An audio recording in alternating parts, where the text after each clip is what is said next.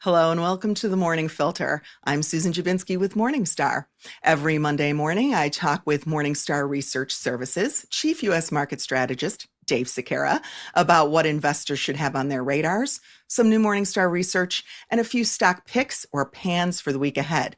Now, before we begin, a programming note for our viewers. Our show on December 2nd will be a viewer mailbag episode. So send us your questions. Email them to themorningfilter@morningstar.com. All right, Dave, good morning. Now, I know you didn't want to talk elections on last week's episode of The Morning Filter, but here we are again talking elections this week. And that's because the stock market rallied hard the Wednesday after Donald Trump won the election. So why'd the stock market respond the way it did? Hey, good morning, Susan.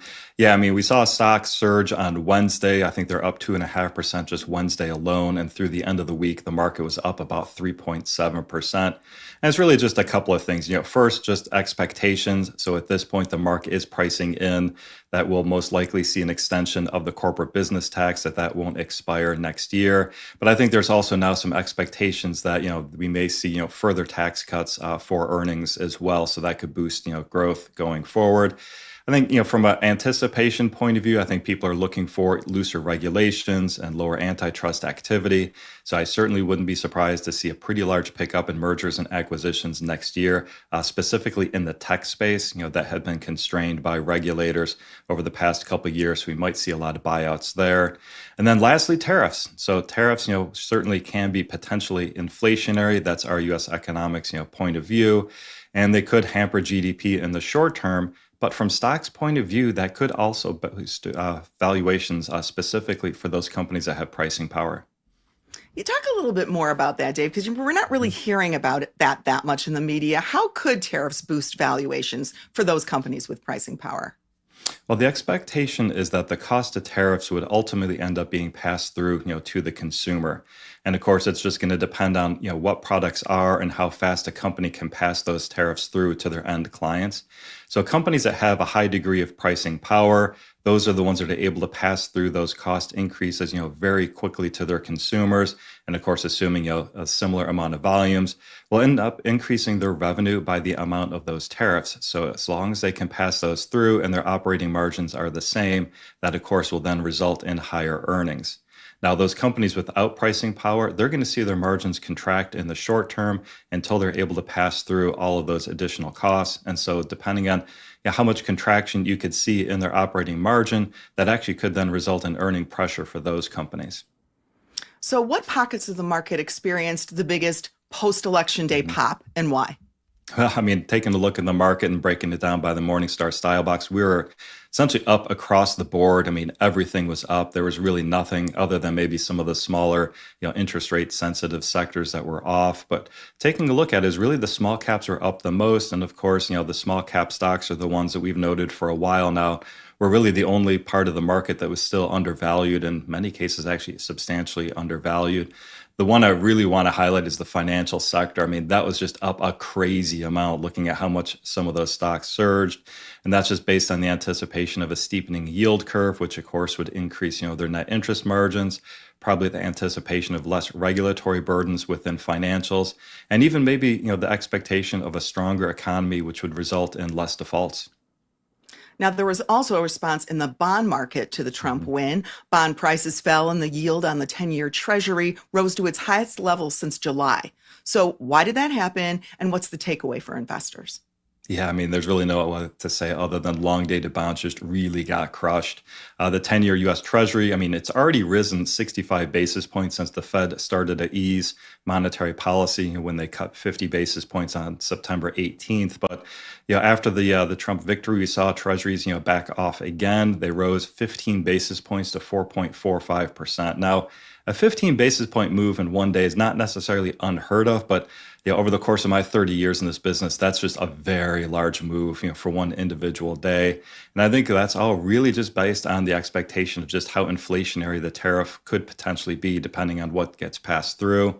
Taking a look at the 10-year this morning, we're at 4.35%. So we ended up, pulling back a little bit, as far as the yield basis go, but still a very relatively high yield compared to where we've been over, the past couple of years. Taking a look at our Morningstar U.S. economics team's expectations, they're still holding their forecast for interest rates to subside over the course of the next couple of years. As a reminder, our current forecast for the 10 years to average 3.6% next year, 3.2% in 2026. So in our base case scenario, long dated treasuries are looking pretty attractive here to us. Personally, I'd still steer clear of corporate bonds. I'd stick with U.S. treasuries. But the takeaway here really is for the market from the stock point of view. If the 10-year looks like it's going to continue to keep moving up from here, and if it starts looking like we're going to start seeing a five handle get into that 5% range, I'd actually be pretty concerned at that point in time that it could start to negatively impact the stock market. And so at that point, I could see a lot of, asset allocation, moving out of what we consider to be relatively high priced stocks into more attractively priced bonds. So again, if we start seeing the 10-year really continue to keep moving up, that's probably one of my biggest concerns here in the short term as far as potentially being negative for stocks. Well, you mentioned the Fed, and we also had a Fed meeting last week in addition to the election, and the Fed cut rates by 25 basis points on Thursday, which was kind of expected, right? Yeah, I mean, to be honest, from my point of view with the election, it just took all the oxygen out of the room. The Fed was really kind of an afterthought. Everyone had already priced in the Fed, cutting by 25 basis points. So that was really a surprise to nobody. And at this point, the market implied probability of a 25 basis point cut in December is about 2/3 right now. So about a 65, 66% of them cutting again, and a 1/3 probability of no cut. So, what's Morningstar's expectation for the Fed's move at that December meeting?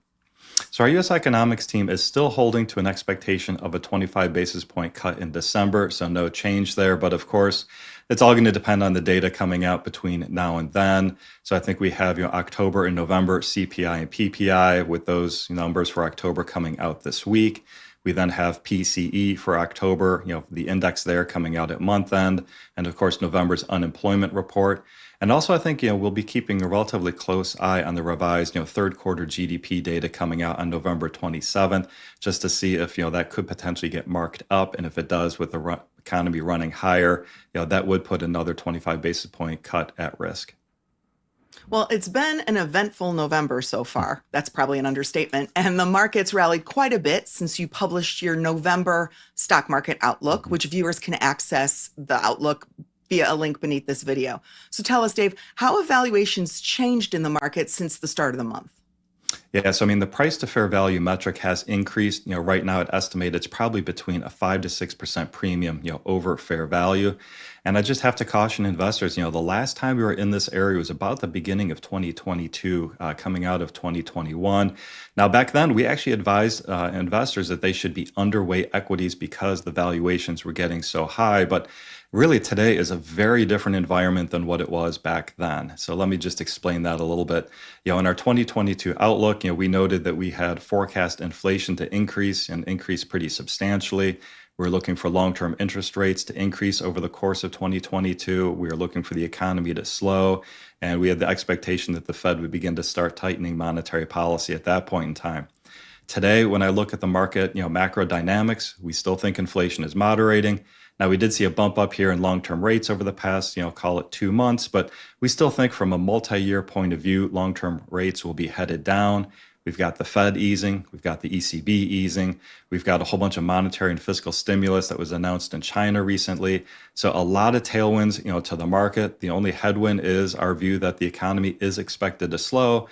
But even there, we're still looking for that soft landing, no recession. So again, much different environment today than it was back then. Well, so then given where we are today, Dave, from a valuation perspective, how should stock investors be thinking about their allocations to equities today? I still think you need to hold in that market weight position, of course, based on your own risk tolerances and your own investment objectives. But when I look at the macro dynamics, the positive tailwinds still are just overwhelming the headwinds, a lot of momentum behind us, today. So I think we're just in one of these time periods where stocks are priced to perfection, and they can probably still stay elevated until earnings, are going to start to catch up over the next, year or two. But at this point, I do think that positioning has just become increasingly even more important than it ever has been in the past. And of course, we're still looking for an overweight in small caps and value stocks. All right, well, let's talk about some specific companies. We have Home Depot reporting earnings this week. Stock looks pretty overvalued heading into earnings. What's Morningstar's take? Yeah, so Home Depot is a one-star rated stock, trades at about a 44% premium to fair value. Now, interestingly, this was one of the few stocks that actually took a bit of a hit after the Trump win. And really what happened there is that higher interest rates will act as a drag on financing home renovation and larger projects. But with the momentum that we've seen in the market, that stock really just bounced back right with, everything else. Taking a look at our model here, I just have to note, our 5-year forecast period, we're only forecasting top line revenue growth on a compound annual growth basis of 3.8%, looking for compound annual growth rate of earnings of 6%. So relatively modest earnings growth, yet the stock is trading at 27 times, this year's earnings and 26 times next year's earnings. So from our point of view, pretty pricey stock at this point. Now, we ran out of time on last week's episode to talk about Estee Lauder, and several viewers have asked about what happened with that stock. So let's face the music on this one. The stock cratered after earnings as the company continues to suffer from worsening trends in China, and management even withdrew its 2025 outlook. Morningstar cut its fair value estimate on Estee Lauder stock by 8% based on continued near-term weakness. Yeah, like you said, I mean, we have to do a mea culpa on this one. I think this is just one of those instances where we've been, what they call long and wrong. To some degree, I think we just tried to catch the falling knife here, too fast. But ultimately, our analyst does still think that she's going to be right over the long term. So after earnings, we did cut our 2025 sales growth forecast to a negative 2% from a positive 2%. We lowered our forecast for Asia, specifically China, to contract by 9%. That's down from a 1% decline. So the end result forecast is our adjusted earnings fall by 5% as opposed to increasing by 7%. So the net impact, as you mentioned, was to lower our fair value to $162 a share from $176. Now, having said all that, she ended up maintaining her 10-year forecast for 6% annual sales growth, 15% average operating margins. So ultimately, her investment thesis here is this is still a China recovery story. Our 5-year operating margin is 14.9%.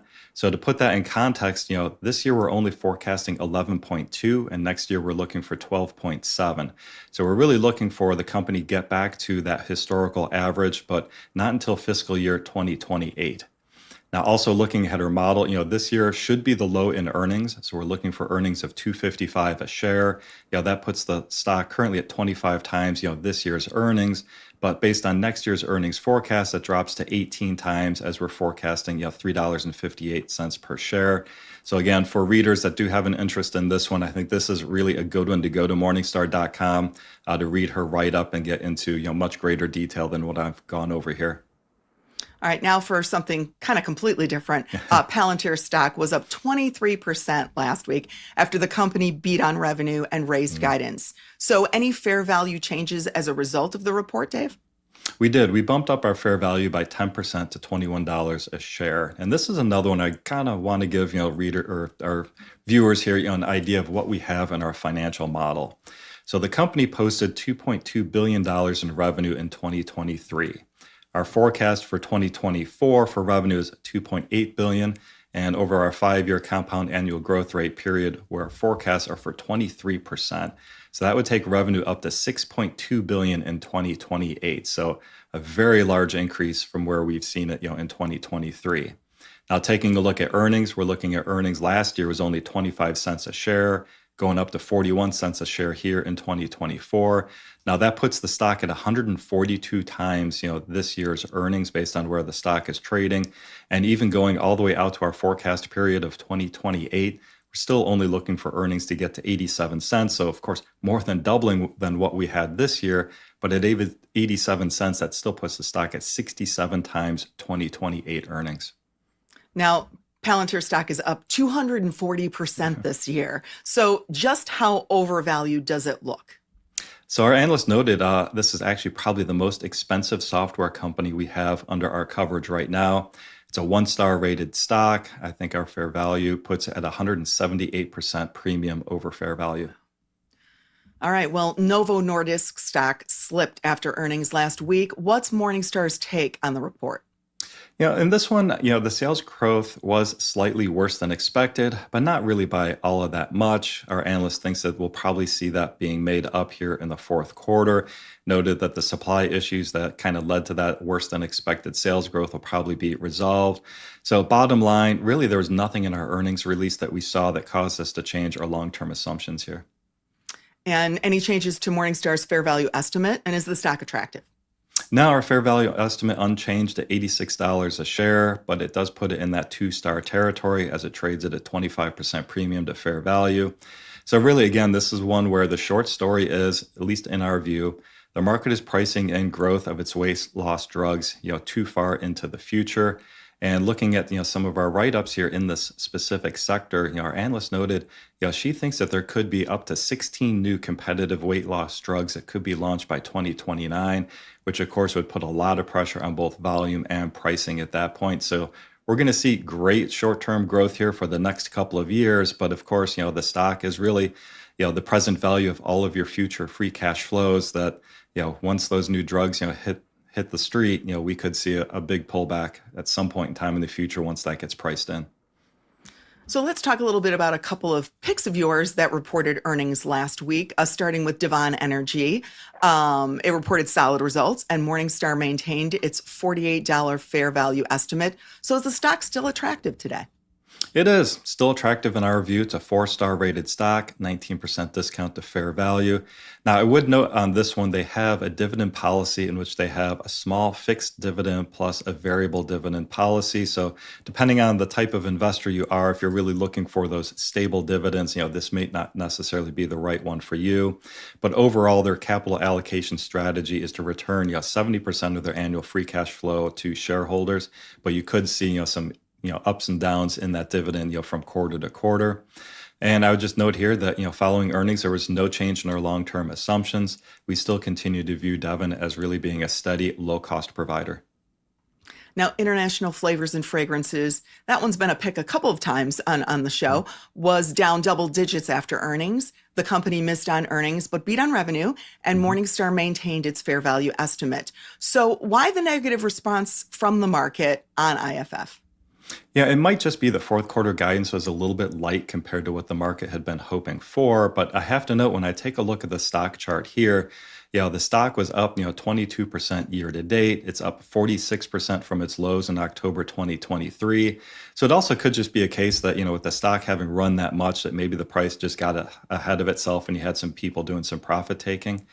At the end of the day, reading our analyst note here, he just noted that third quarter results, in his view, strengthens his recovery thesis. EBITDA was up 16% year over year, seeing good volume growth, good utilization, getting back to normalized levels. So overall, our fair value was unchanged following earnings. So really, the investment thesis here is that we're looking for the company to see a full recovery from the cost inflation that they've suffered. We're looking for an end to that inventory destocking, which of course, both of those had weighed on profits back in 2022 and 2023. And we're now seeing those unwind here in the latter half of 2024. So IFF stock is still attractive, right? We think so. It's a 4-star rated stock at a 29% discount. Now it's a 1.7% yield. And I would note here that, in our model, that dividend is flat over the course of our forecast period. We do expect the company is going to use some of its free cash flow to pay off debt in 2025 and 2026. But we do see, cash on the balance sheet build thereafter. So maybe we could see some dividend increases, over the next couple of years. It's a company we rate with a wide economic moat, although it does have a high uncertainty. And then taking a quick look, the operating margin here, it used to be 17%, pre-pandemic. And we're forecasting that 2023 was going to be the low at 5%, doubling this year to 9.8%. And I think we have relatively conservative, estimates here. So we're only looking for that operating margin to recover to 12% by 2028 compared to the pre-pandemic era of 17%. Now, Kenvue is also a recent pick of yours. What did Morningstar think of the company's earnings report? And is the stock still a pick? It is. So the analysts described the results as quote unquote tepid. Now, we made a few adjustments to the model, here and there, but overall, they all kind of netted one another out. So our stock fair value is unchanged at $26 a share, puts it still in that 4-star range. Now, I know it's only at a 9% discount, but it does have a 3.5% dividend yield. So not a huge margin of safety necessarily, but compared to the rest of the market on a relative value basis, looks pretty attractive. The only other thing that I would say I'm really waiting for is to hear additional details as to what activist investor Starboard Value is going to be recommending to the company to help unlock shareholder value. And of course, once that's made public, that could be maybe the next catalyst for the stock to move up. All right, well, it's time for Dave's stock picks of the week. In a stock market that's priced to perfection, this week you've brought viewers some undervalued stocks of companies with competitive advantages and defensive characteristics. Now, these aren't the typical Trump trades. Instead, they're companies with economic moats that should hold up well no matter what the new administration does or doesn't do. So your first pick is Biorad. Run through Morningstar's key metrics on this one. Sure, it's a 4-star rated stock. Currently trades at about a 14% discount to our fair value. No dividend. They do use share repurchase, to return cash to shareholders. So again, if you're a dividend investor, maybe not necessarily the right one for you. But it is a company we rate with a wide economic moat, although it does have a high uncertainty.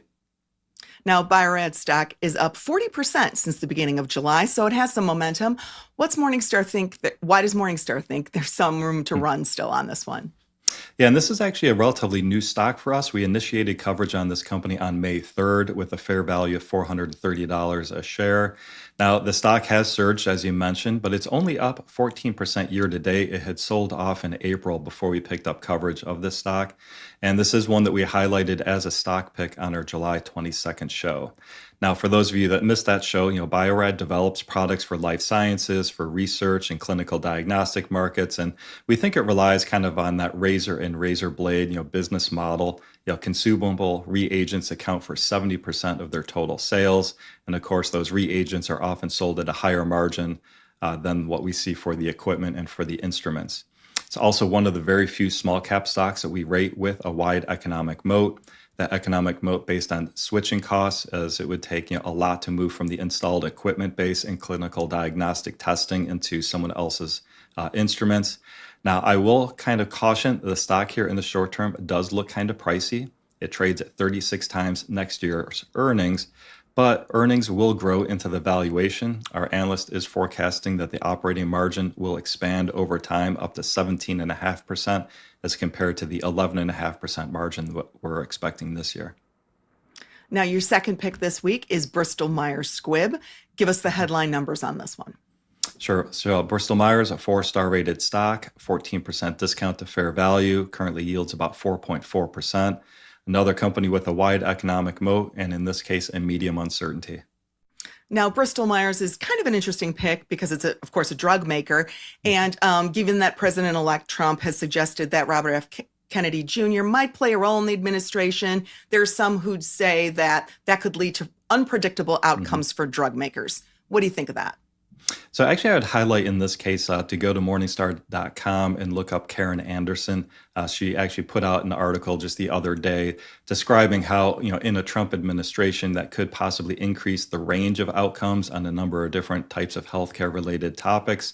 Now, in my opinion, I'm just going to wait and see what more specifically is proposed.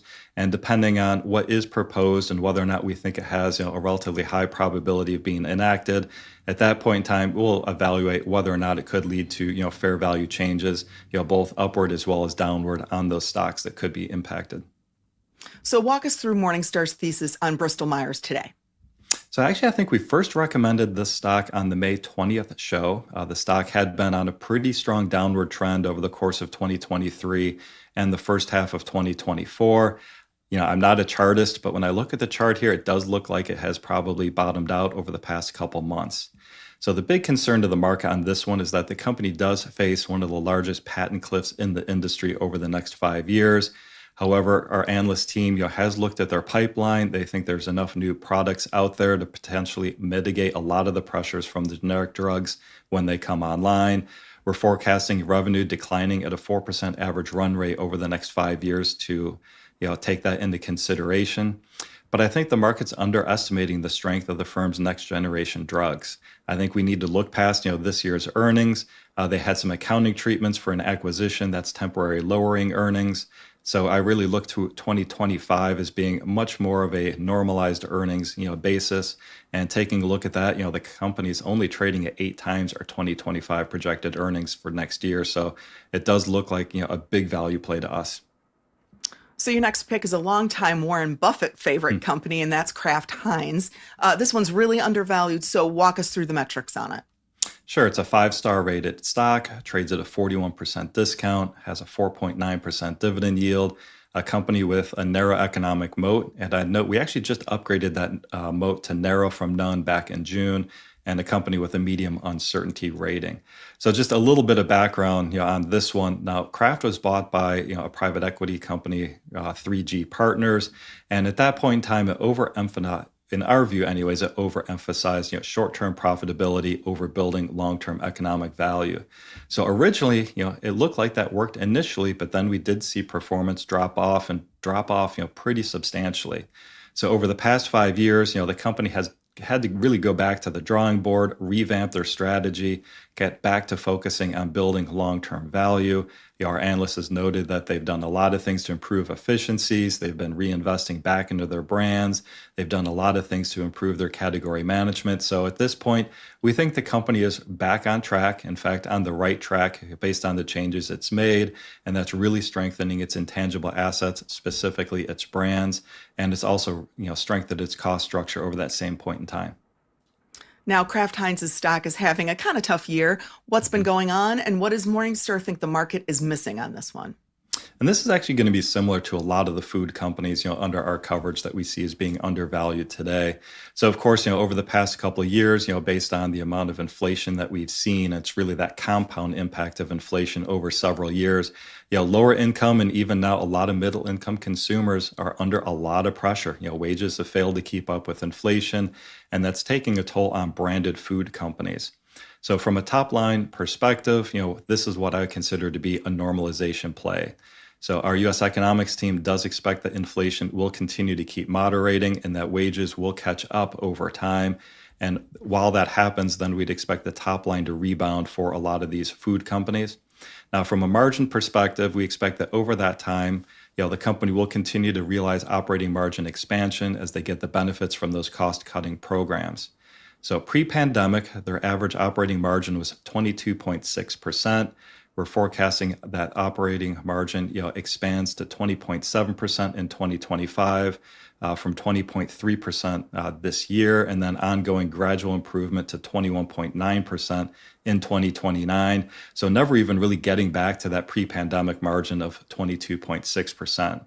Taking a look at the stock where it's trading, it's currently, I think, just under 16 times, this year's earnings, and then that drops to only 10 times our 2025 earnings estimate. Well, your next pick, excuse me, is Mondelez Mhm. International, which used to be part of the old Kraft Foods, speaking of Kraft. So walk us through the numbers on this one, Dave. It's a 4-star rated stock, 12% discount from fair value, 2.8% dividend yield, but they also use free cash flow to repurchase stock as well. Company with a wide economic moat and a low uncertainty. Now, Mondelez stock is also having a tough year, kind of like Mhm. Kraft Heinz. But in this case, are high cocoa prices partly to blame for that? Yeah, there are some idiosyncratic issues with this company, in particular right now. So we had a lot of droughts in regions where cocoa has been grown, and of course, that just led to cocoa prices just exploding higher over the past year. Taking a look at the futures contracts, they've gone from about $2,500 a contract to over 11,000 a contract in April. Now it's subsided down to about $7,000, but still, I mean, that's almost triple where they were, prior. Now, with the company, they did have hedges in place, but those hedges look like they start rolling off next year. Not a huge portion of their cost of goods sold, but enough to pressure margins, here in the short term. Now, company management warned that inflated prices would cut into earnings next year. So Mhm. why does Morningstar like Mondelez anyway? Well, it's one of these ones I think you need to take a long-term view of the company and where it's going, not necessarily just this next year, but what we expect over the next 5 years. So from a top line perspective, we're looking for only 4% compound annual growth rate. I mean, essentially that's just inflation plus a little bit of new product innovation every year. We think the margin pressures that they'll suffer in 2025 will probably be temporary. Of course, over time, you expect weather patterns will normalize, cocoa prices will end up subsiding, and there's other inflationary pressures that they've had, that they've suffered the past couple of years, which should ease as well. So again, just one of these situations where I think the market's overreacting to the short-term margin pressure. We expect margins will normalize over time. From an earnings perspective, we're looking at 7.3% compound annual growth rate over the next 5 years, but the stock trades a little bit under 20 times, this year's earnings. All right, and for your last pick, we're going back to the healthcare sector. The pick is Thermo Fisher Scientific. Give us the essentials on it. Yeah, and actually, I have to note, I think this might be the first time you and I have actually talked about this name. And the reason being is that, rarely has the stock traded at much of a discount to fair value. So for those of you that don't know the company, Thermo sells scientific instruments and lab equipment, diagnostics, consumables, as well as life science reagents. It's a 4-star rated stock, trades at a 12% discount, although I would caution it has a very small dividend yield. They use most of their cash for acquisitions, a lot of tuck-ins that they do. And then, what they don't use for acquisitions, oftentimes they'll do for stock repurchases instead. But it is a company with a wide economic moat and a medium uncertainty. Now, Thermo Fisher stock has pulled back since the company reported earnings in October. So what didn't the market like about what management had to say? Well, and I think you need to take a step back and look kind of what's happened with this company, over the course of the past 4 years, from the pandemic. So early during the pandemic years, they had just abnormally high revenue growth rates. They had 26% growth on the top line in 2020, 21% in 2021, and even 14% in 2022. And that at the same point in time had very large expansion in their operating margins as they were able to leverage that growth. Now, at this point, revenue, we're expecting it to, actually did contract 4% in 2023. And of course, that brought the margin down. We're looking for essentially flat revenue and operating margins, this year in 2024. So generally, when we look at earnings, this most recent quarter, I don't actually really know why the market was so disappointed. Generally, it looks like the results came in line with our expectations. So, my guess is that maybe the market was just a bit disappointed that they haven't seen that sales rebound, really start at this point. And I think maybe traders are just being, very overly cautious at this point, and they want to see the rebound before they start giving the company the credit for that in its valuation. So then what's Morningstar's long-term take on Thermo Fisher? So over the long term, we are looking for top line growth of about 5.5% on average per year. We're also looking for a rebound in its operating margins, over that same time period. Although the operating margins, are still going to be less than what the peak was in 2020 and 2021. But between, the top line and some margin expansion, we're looking for about 10% earnings growth, on average. The company trades at 26 times this year's earnings, but 23 times next year's earnings.